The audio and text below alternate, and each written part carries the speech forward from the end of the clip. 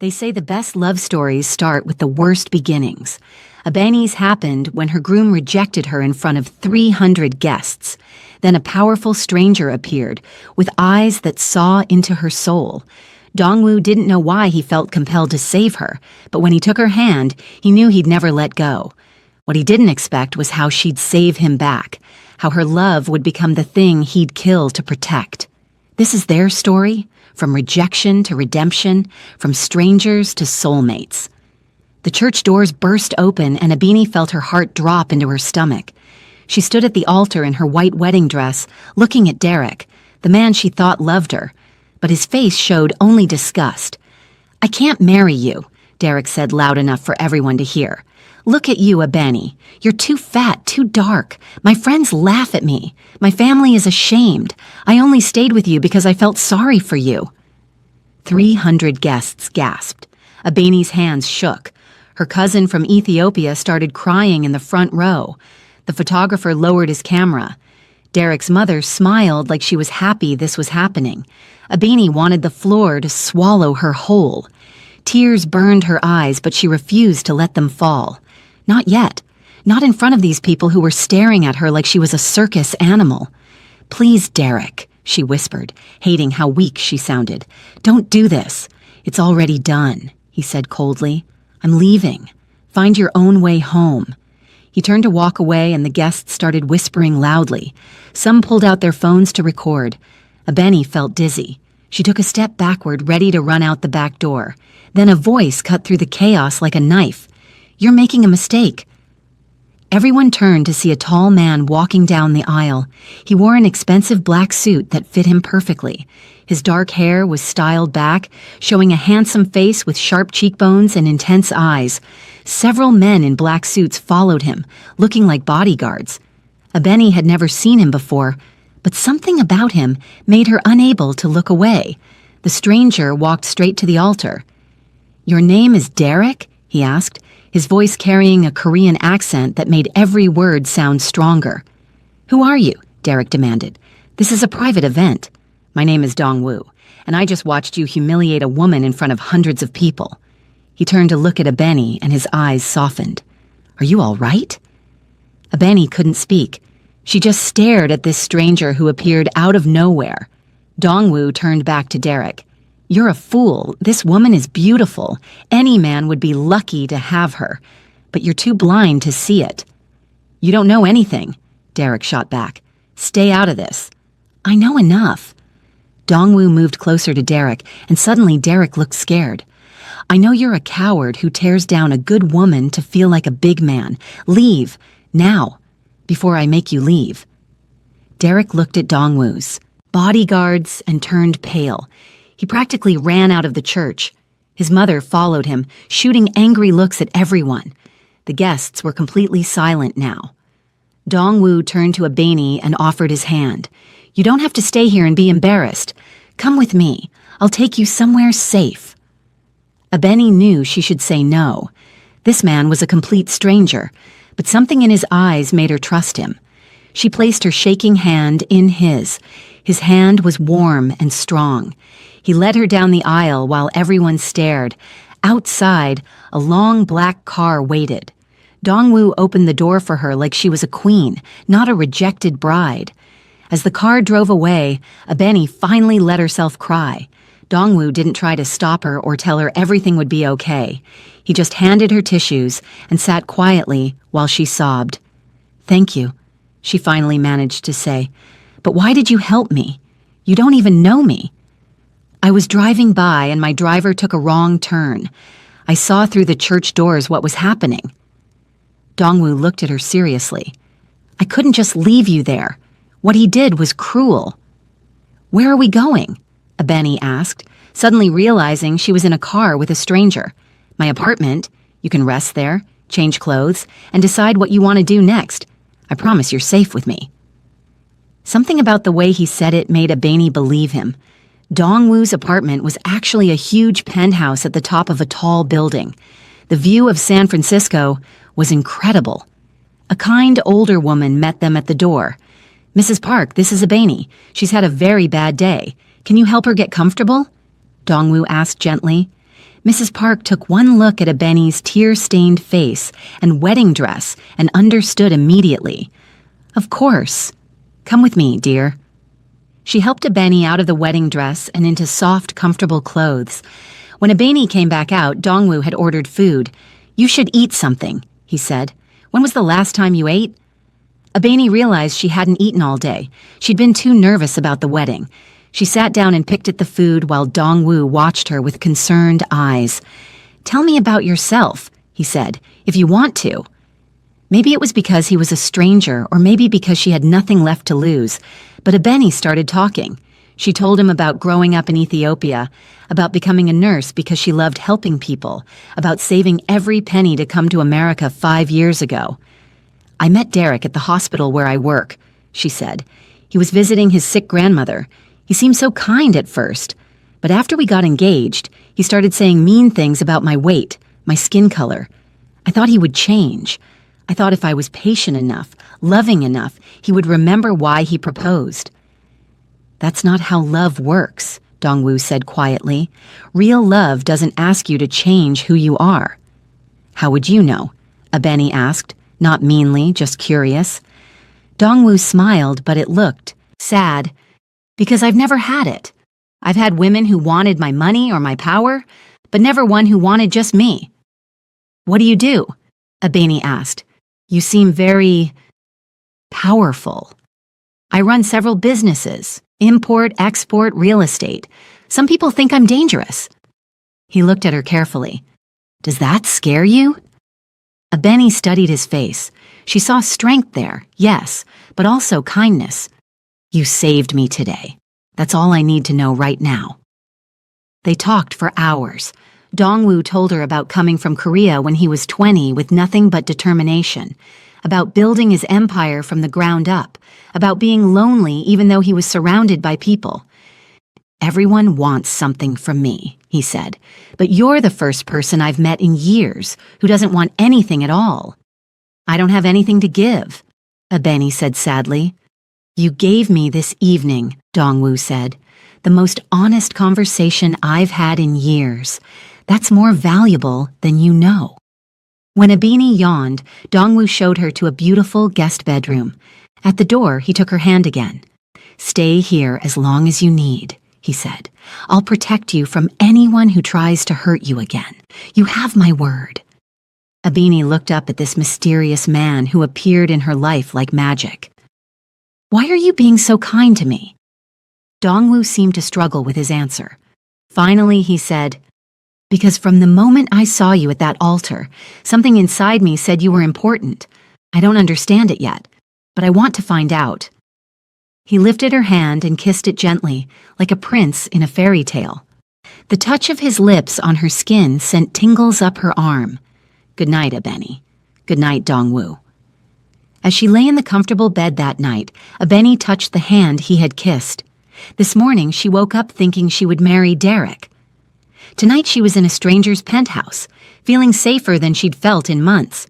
She didn't know what tomorrow would bring, but for the first time in a long time, she felt hope. In his own bedroom, Dongwoo couldn't sleep. He kept thinking about Abeni's beautiful dark eyes, her strength even when she was hurt, her gentle spirit. He'd met hundreds of women, but none of them affected him like this. He touched his chest where his heart was beating faster than normal. Something was happening to him, something he'd never felt before. He was falling in love. What happens when Abeni stays with the mysterious Dongwoo? Will she discover his secrets? Drop a comment below and let us know what you think will happen next. Don't forget to like this video. 3 weeks passed and Abeni still lived with Dongwoo. Every morning she went to work at the hospital and every evening she came back to the penthouse. It felt like home now. More importantly, Dongwoo felt like home. They cooked dinner together every night. Dongwoo taught her to make Korean dishes and she showed him how to cook Ethiopian food. He loved the spicy flavors and she loved watching him try new things. One evening they were washing dishes together when their hands touched in the soapy water. They both froze. The air between them felt electric. Abeni, Dongwoo said softly, not moving his hand away. I need to tell you something. What is it? Her heart was beating so fast. "I think about you all day. When you're at work, I count the hours until you come home. When you smile, my whole day gets better. When you're sad, I want to fix everything that's hurting you." He turned to face her completely. "I'm falling in love with you. Actually, I think I already fell." Abeni felt tears in her eyes, but happy ones this time.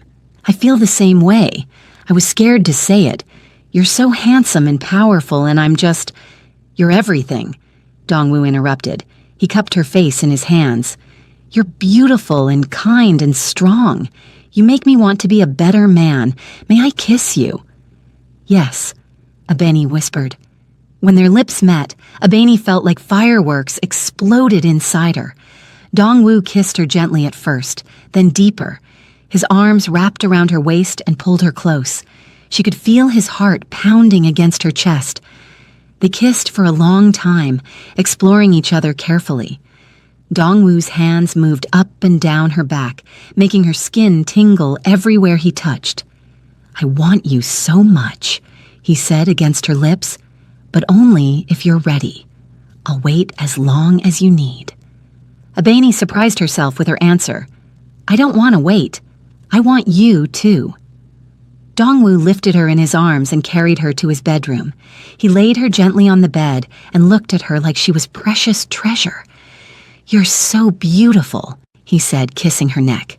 "Every part of you is perfect." He slowly removed her clothes, kissing each piece of skin as it was revealed. When Abeni felt shy about her curves, Dongwoo stopped and looked into her eyes. "Don't hide from me. I love your body. These curves drive me crazy. Your skin is like silk. You're a goddess, Abeni, my goddess." His words made her feel confident and desired. When they finally made love, it was gentle and passionate at the same time. Dongwoo took his time, making sure she felt only pleasure. He whispered beautiful things in Korean and English, telling her how much he wanted her, how good she felt, how he never wanted to let her go. Afterward, Abeni lay in his arms feeling more complete than ever before in her life. "No one has ever made me feel this way," she told him. Dongwoo kissed her forehead. "You're mine now. I'll protect you from everything, I promise." Over the next weeks, they couldn't keep their hands off each other. Dongwoo would come home early from work just to be with Abeni. They made love in the morning before she left for work, and again at night. Sometimes in the middle of the night, they would wake up and reach for each other. Abeni discovered a passionate side of herself she didn't know existed. With Derek, she always felt like she wasn't enough. With Dongwoo, she felt like a queen. But their happiness made other people jealous and angry. Derek heard that Abeni was living with Dongwoo. His ego was hurt. He started telling people at the hospital that Abeni ran away with a criminal, that she was probably being forced to stay with him. Some of Abeni's co-workers began treating her differently. They whispered when she walked by. One day, her supervisor called her into the office. "Abeni, we're hearing concerning things about your living situation," the supervisor said. "Is everything all right?" "Everything is fine," Abeni said firmly. "I'm very happy." "With a man who people say is involved in organized crime?" "Those are just rumors. Dongwoo is a businessman. He's been nothing but good to me." But the judgment in her supervisor's eyes hurt. Then there was Seo-yeon, a Korean woman who used to date Dongwoo 2 years ago. When she heard he was with someone new, she was furious. She was even more angry when she found out Abeni wasn't Korean. Seo-yeon showed up at the hospital one day. She was tall and thin, wearing expensive clothes and too much makeup. "So you're the African girl who tricked Dongwoo," Seo-yeon said coldly. "I didn't trick anyone," Abeni replied, "and I have work to do." "He'll get bored of you. He always gets bored. He'll come back to me. We're the same culture, the same world. You're just a toy to him, something different to play with." The words stung, even though Abeni tried not to show it. "Dongwoo loves me." Seo-yeon laughed meanly. "That's what you think, but men like him don't marry women like you. They marry women like me." After she left, Abeni felt doubt creeping in. Was Seo-yeon right? Was she just a temporary thing for Dongwoo? But the biggest danger came from Richard Kozlov, a Russian criminal who hated Dongwoo. They'd been enemies for 5 years, fighting over territory and business deals. Richard was cruel and dangerous. He'd hurt many people. When Richard's spies told him about Ebony, he smiled. Finally, he'd found Dongwoo's weakness. One evening, Ebony left work late. The parking lot was dark and nearly empty. She walked quickly to her car, her keys already in her hand. Suddenly, 2 large men appeared from behind a van. Before she could scream, one covered her mouth with his hand, while the other grabbed her arms. They dragged her into the van and tied her hands. Ebony's heart pounded with terror. Where were they taking her? What did they want? The van drove for 30 minutes before stopping at an old warehouse by the water. The men pulled her out and pushed her inside, where a tall man with blonde hair and cold blue eyes waited. "Welcome, Miss Ebony," he said with a Russian accent. "I'm Richard. You've probably heard of me." "Let me go," Ebony demanded, trying to sound brave even though she was shaking. "Soon. First, I need to make a phone call." Richard pulled out his phone and dialed. "Dongwoo, I have something that belongs to you, or should I say someone. Your pretty girlfriend is here with me." Even from across the room, Ebony could hear Dongwoo's angry voice through the phone. "If you hurt her, I'll kill you slowly," Dongwoo said. "Then you better give me what I want. Come to Pier 23, Warehouse 9. Come alone, no weapons, or I'll put a bullet in her head." Richard hung up and smiled at Ebony. "Now we wait." Across the city, Dongwoo felt pure rage. Someone took his woman, his Ebony, the woman he loved more than his own life. He called his 2 most trusted men, Tae Min and Sang Woo. "Richard has Ebony. I'm going to meet him." "It's a trap," Tae Min said. "He'll kill you both." "I don't care. I have to save her." Dongwoo loaded his gun. "But I need you two to be ready. Park outside the warehouse. When I give the signal, come in shooting." At the warehouse, Richard paced around Ebony like a cat playing with a mouse. "You know what's funny? Dongwoo acts so tough. But all I had to do was grab his girlfriend, and he comes running. Love makes men weak." "Love makes men strong," Ebony said. "You wouldn't understand that."